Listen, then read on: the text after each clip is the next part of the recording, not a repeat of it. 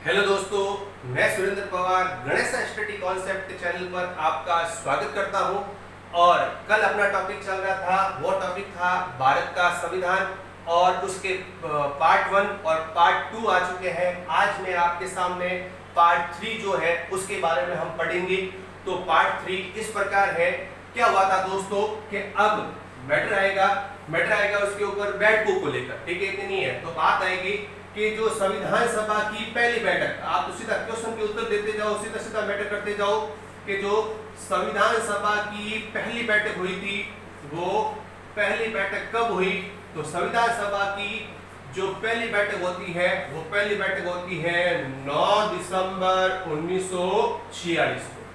संविधान सभा की पहली बैठक होती है 9 दिसंबर 1946 को।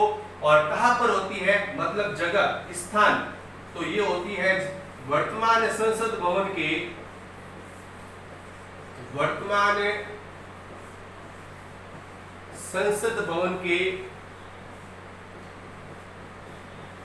केंद्रीय कक्ष में। वर्तमान संसद भवन के केंद्रीय कक्ष में होती है। अब कितने बजे होती है, समय की बात आएगी तो इसका समय होगा सुबह 11 बजे। दोस्तों कितने बजे होती है, सुबह 11 बजे। और नेक्स्ट टॉपिक आएगा, इस बैठक में कुल उपस्थित सदस्य, कितने सदस्य उपस्थित हुए थे, तो सदस्यों की संख्या दोस्तों की इसके अंदर 211।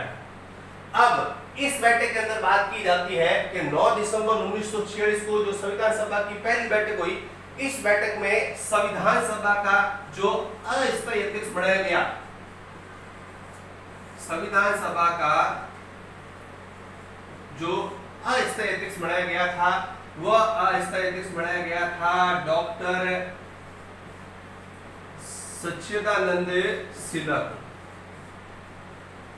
डॉक्टर सच्चिदानंद सिन्हा को संविधान सभा का अस्थायी अध्यक्ष बनाया गया था। वो भी किसके आधार पर, वरिष्ठता के आधार पर। दोस्तों किसके आधार पर बनाया गया था, वरिष्ठता के आधार पर या सीनियरिटी के आधार पर संविधान सभा का जो अस्थायी अध्यक्ष बनाया गया था वो बनाया गया था डॉक्टर सच्चिदानंद सिन्हा को।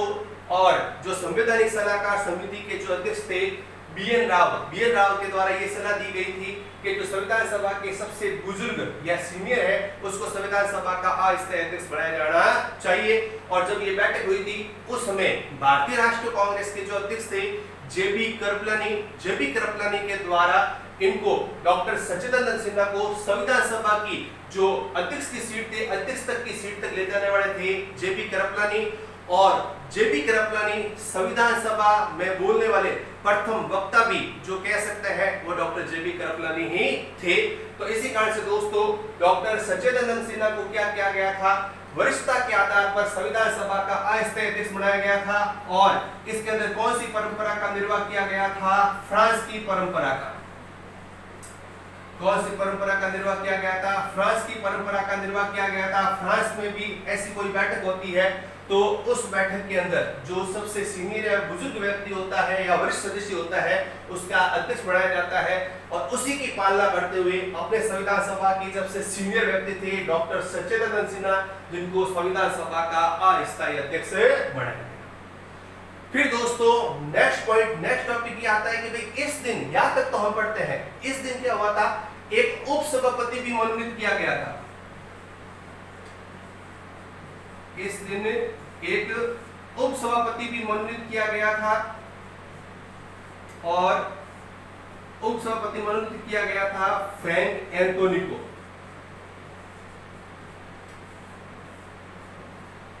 जो उपसभापति मनोनीत किया गया था वो किया गया था फ्रैंक एंथोनी को, जो एंग्लो इंडियन एसोसिएशन के अध्यक्ष थे, आंग्ल भारतीय समुदाय के अध्यक्ष थे। उनको क्या किया गया था, डॉक्टर सच्चिदानंद सिन्हा के द्वारा उपसभापति पद पर मनोनीत किया गया था, फ्रैंक एंथोनी को किया गया था। दोस्तों ध्यान रखना, जैसे कि हम पढ़ते हैं अनुच्छेद 331 के अंतर्गत राष्ट्रपति लोकसभा में 2 आंग्ल भारतीय सदस्यों को, और 333 के अंदर पढ़ते हैं कि राज्य विधानसभा में 1 आंग्ल भारतीय सदस्यों को राज्यपाल के द्वारा मनोनीत किया जाता है। तो ये जो फ्रैंक एंथोनी थे लोकसभा में सर्वप्रथम आंग्ल भारतीय सदस्य के रूप में मनोनीत होने वाले जो व्यक्ति थे वो फ्रैंक एंथोनी ही थे, और साथ ही साथ सर्वाधिक बार लोकसभा में आंग्ल भारतीय सदस्य के रूप में मनोनीत होने वाले भी व्यक्ति जो थे वो फ्रैंक एंथोनी थे। दोस्तों इस चीज को ध्यान में रखना। फिर नेक्स्ट कड़ी की बात करेंगे तो अब बात आएगी कि भाई जो संविधान सभा की दूसरी बैठक है,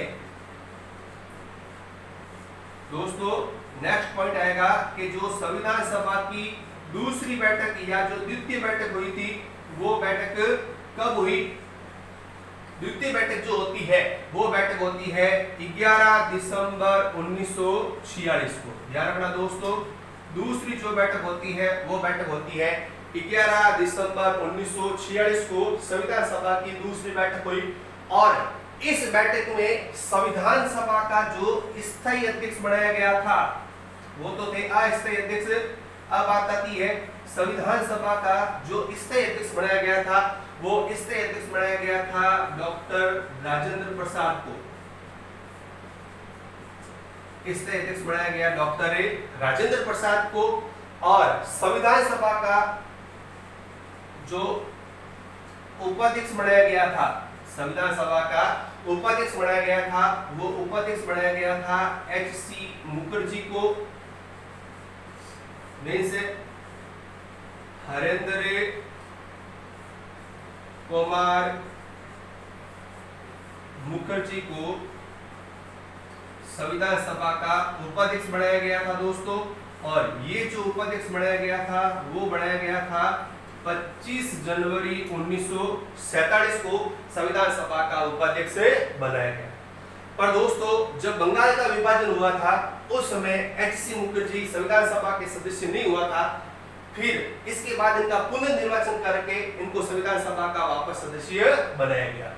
फिर आगे की कहानी ये आती है कि 16 जुलाई 1947 की बात है। 16 जुलाई 1947 की बात है। अलवर के थे श्री एन.बी. खर्रे।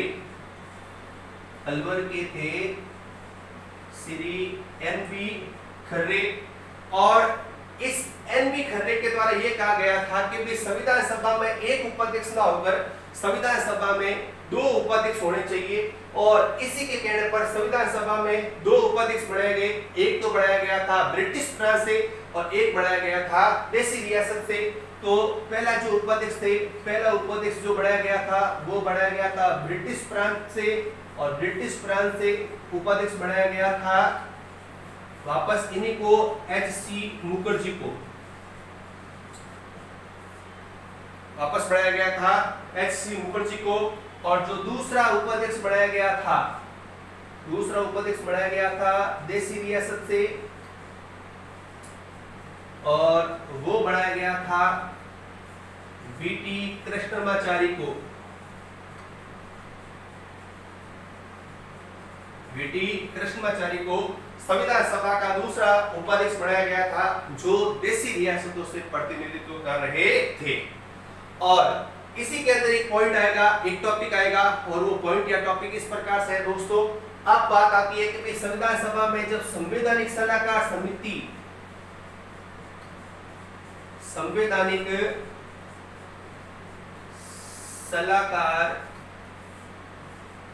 समिति का अध्यक्ष जो बनाया गया था वो बनाया गया था बी.एन. राव को। संवैधानिक सलाहकार समिति का अध्यक्ष बनाया गया था वो बनाया गया बी.एन. राव को, जिसका पूरा नाम था बिनेगल नरसिंह राव, जिनको संवैधानिक सलाहकार समिति का अध्यक्ष बनाया गया। दोस्तों ध्यान रखना, जो बी.एन. राव थे वो संविधान सभा के सदस्य नहीं थे।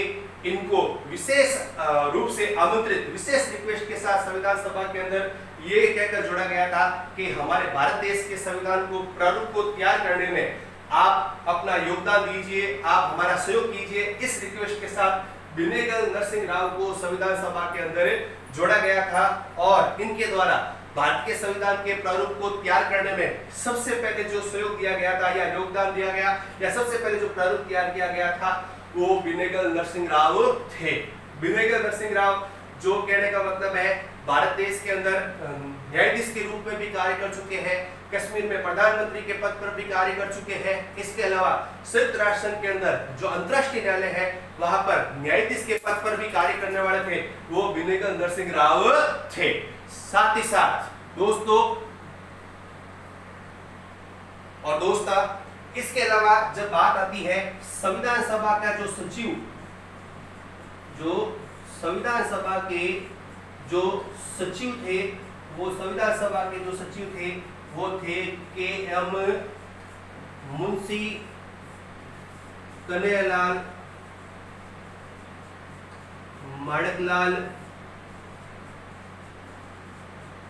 माणकलाल मुंशी, जिन्हें संविधान सभा का सचिव बनाया गया था। ध्यान रखना, नाम था कन्हैयालाल माणकलाल मुंशी। अब दोस्तों क्या था कि अब 13 दिसंबर 1946 को 13 दिसंबर 1946 को संविधान सभा की कौन सी बैठक होती है? संविधान सभा की तीसरी बैठक। संविधान सभा की तीसरी बैठक होती है 13 दिसंबर 1946 को। और इस 13 दिसंबर 1946 की तीसरी बैठक में क्या हुआ था? पंडित जवाहरलाल नेहरू के द्वारा, पंडित जवाहरलाल नेहरू के द्वारा तीसरी बैठक में पंडित जवाहरलाल नेहरू के द्वारा क्या किया गया था? ध्यान रखना, एक प्रस्ताव प्रस्तुत किया गया था, उद्देशिका प्रस्ताव। उद्देशिका प्रस्ताव प्रस्तुत किया गया था तीसरी बैठक में पंडित जवाहरलाल नेहरू के द्वारा 13 दिसंबर 1946 को प्रस्तुत किया गया। और कुल 8 दिन की बहस के बाद, कुल 8 दिन की बहस के बाद ये जो उद्देशिका प्रस्ताव, ये जो उद्देशिका प्रस्ताव जो था वो 22 जनवरी 1947 को पारित हुआ। कब पारित हुआ दोस्तों? 22 जनवरी 1947 को ये उद्देशिका प्रस्ताव पारित हुआ। और ये जो उद्देशिका प्रस्ताव थे उसमें कुल 8 उद्देश्य वाला ये उद्देशिका प्रस्ताव था, जो 8 दिन की बहस के बाद 22 जनवरी 1947 को ये प्रस्ताव पारित हुआ। दोस्तों ध्यान रखना, पूछा जा सकता है कि भाई जो उद्देशिका प्रस्ताव था वो संविधान सभा में कब रखा गया? 13 दिसंबर 1946 को। कौन सी बैठक में रखा गया था? तीसरी बैठक में। और रखने वाले कौन थे? पंडित जवाहरलाल नेहरू। और ये जो प्रस्ताव कुल कितने दिन की बहस के बाद? 8 दिन की बहस के बाद। और ये पारित कब हुआ? 22 जनवरी 1947 को ये उद्देशिका प्रस्ताव पारित हुआ, जिसमें कुल कितने? 8 उद्देश्य थे। अब हम लोग ये पढ़ते भी उद्देशिका प्रस्ताव। उद्देशिका प्रस्ताव है क्या? तो देखो दोस्तों, उद्देशिका प्रस्ताव जो है, उद्देशिका प्रस्ताव ही भारतीय संविधान की प्रस्तावना है। उद्देशिका प्रस्ताव जो है वही भारतीय संविधान की प्रस्तावना है। और वो प्रस्तावना हम जब छोटी क्लासों में पढ़ते हैं, वहां पर तीसरी, चौथी, पांचवी, छठी, सातवीं कौन सी भी क्लास की किताब होगी, या तो लास्ट पेज पर या लास्ट पेज से पहले वाले पेज पर उद्देशिका प्रस्ताव आपको लिखा हुआ मिलेगा या प्रस्तावना लिखी हुई मिलेगी, जो आपने पढ़ा होगा। हम भारत के लोग भारत को संपूर्ण प्रभुत्व संपन्न समाजवादी पंथ निरपेक्ष लोकतांत्रिक गणराज्य बनाने के लिए तथा उसके समस्त नागरिकों को सामाजिक, आर्थिक, राजनीतिक न्याय, विचार, अभिव्यक्ति, विश्वास, धर्म और उपासना, प्रतिष्ठा और अवसर की क्षमता प्राप्त करने के लिए तथा उन सब में व्यक्ति की गरिमा, राष्ट्र की एकता, अखंडता को सुनिश्चित करने वाली बंधुता को बढ़ाने के लिए आज तारीख 26 नवंबर 1949 मिति मार्गशीर्ष शुक्ल सप्तमी विक्रम संवत 2006 एतद द्वारा भारतीय संविधान को अंगीकृत, अधिनियमित व आत्मर्पित करते हैं। ये जो उद्देशिका प्रस्ताव है वही आज की तारीख के अंदर भारतीय संविधान की प्रस्तावना के नाम से जानी जाती है। अब इसके बाद की जो कहानी है, इसके बाद की नेक्स्ट कहानी आती है, वो कहानी आती है 22 जुलाई 1947 को।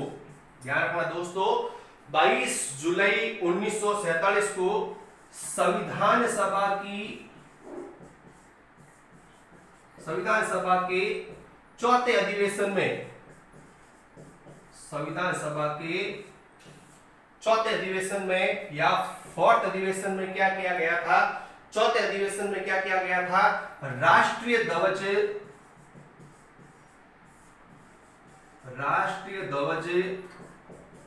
तिरंगे झंडे को अपनाया गया था। राष्ट्रीय ध्वज तिरंगे झंडे को अपनाया गया था। और ये राष्ट्रीय ध्वज के जो प्रस्ताव है, इस प्रस्ताव को जो प्रस्तुत करने वाली महिला थी, वो प्रस्तुत करने वाली महिला थी श्रीमती हंसा मेहता। श्रीमती हंसा मेहता, जिसके द्वारा यह प्रस्ताव पारित किया गया। ध्यान रखना, 22 जुलाई 1947 को संविधान सभा के चौथे अधिवेशन में राष्ट्रीय ध्वज तिरंगे झंडे के अपनाया गया था। और यह प्रस्ताव रखने वाली जो महिला थी, उस महिला का नाम था श्रीमती हंसा मेहता। अब दोस्तों सवाल ये आता है, राष्ट्रीय ध्वज तिरंगे झंडे की बात करते हैं। सबको पता है राष्ट्रीय ध्वज तिरंगे झंडे में कुल 3 रंग होते हैं, जिसमें केसरिया, सफेद और हरा, ये 3 रंगों के साथ तिरंगा झंडा। इसके अलावा बीचों बीच के अंदर जो चक्र बना हुआ है, उसके अंदर 24 तीलियों वाला जो चक्र है, ठीक है कि नहीं है, ऐसे करके राष्ट्रीय ध्वज तिरंगे झंडे को तैयार किया गया। हरा रंग देश की समृद्धि के लिए, सफेद शांति के प्रतीक के लिए, और केसरिया देश की वीरता के लिए इस चीज को प्रदर्शित करता है। और जो बीच वाला जो चक्र है, अशोक चक्र, वो चक्र अपने देश की प्रोग्रेस को या अपनी प्रगति को अग्रसर की तरफ अपने आप प्रतिबंधित करता है या प्रतीक के रूप में दर्शाता है। पर नेक्स्ट क्वेश्चन अपने सामने ये आता है कि राष्ट्रीय ध्वज तिरंगे झंडे की बात करते हैं, तो राष्ट्रीय ध्वज तिरंगे झंडे के जो डिजाइनकार है, वो डिजाइनकार कौन है दोस्तों? तो राष्ट्रीय ध्वज तिरंगे झंडे के डिजाइनकार है, उनका नाम है पिगली वेंकैया। ध्यान रखना दोस्तों, राष्ट्रीय ध्वज तिरंगे झंडे के जो डिजाइनकार है, उनका नाम है पिगली वेंकैया। और राष्ट्रीय ध्वज तिरंगे झंडे का जो अनुपात है, वो अनुपात है 3:2। अब जब ये कहने का मतलब ये प्रस्ताव के रूप में ये राष्ट्रीय ध्वज तिरंगा झंडा रखा गया था, एक क्वेश्चन ये भी होता है, ये भी एक पॉइंट है, पूछा तो नहीं गया पर नॉलेज के लिए बता देता हूं कि भाई ये जो राष्ट्रीय ध्वज तैयार हुआ था, वो राष्ट्रीय ध्वज तैयार कहां पर हुआ था? तो दोस्तों ये राष्ट्रीय ध्वज जो तैयार हुआ था, वो हुआ था अपने राजस्थान राज्य के अंदर एक जिला है जिसका नाम है दौसा। राजस्थान राज्य के अंदर एक जिला है दौसा, और दौसा के अंदर एक अलूदा नामक गांव है, एक अलूदा नामक ग्राम है, जहां पर राष्ट्रीय ध्वज तिरंगे झंडे को तैयार किया गया था। तो दोस्तों इसी के साथ आज की क्लास का समापन करते हैं, मिलते हैं नेक्स्ट वीडियो के अंदर। और आप लोगों के धन्यवाद, और बहुत बहुत तहे दिल से धन्यवाद देता हूं आपके सपोर्ट के लिए। Okay, bye bye.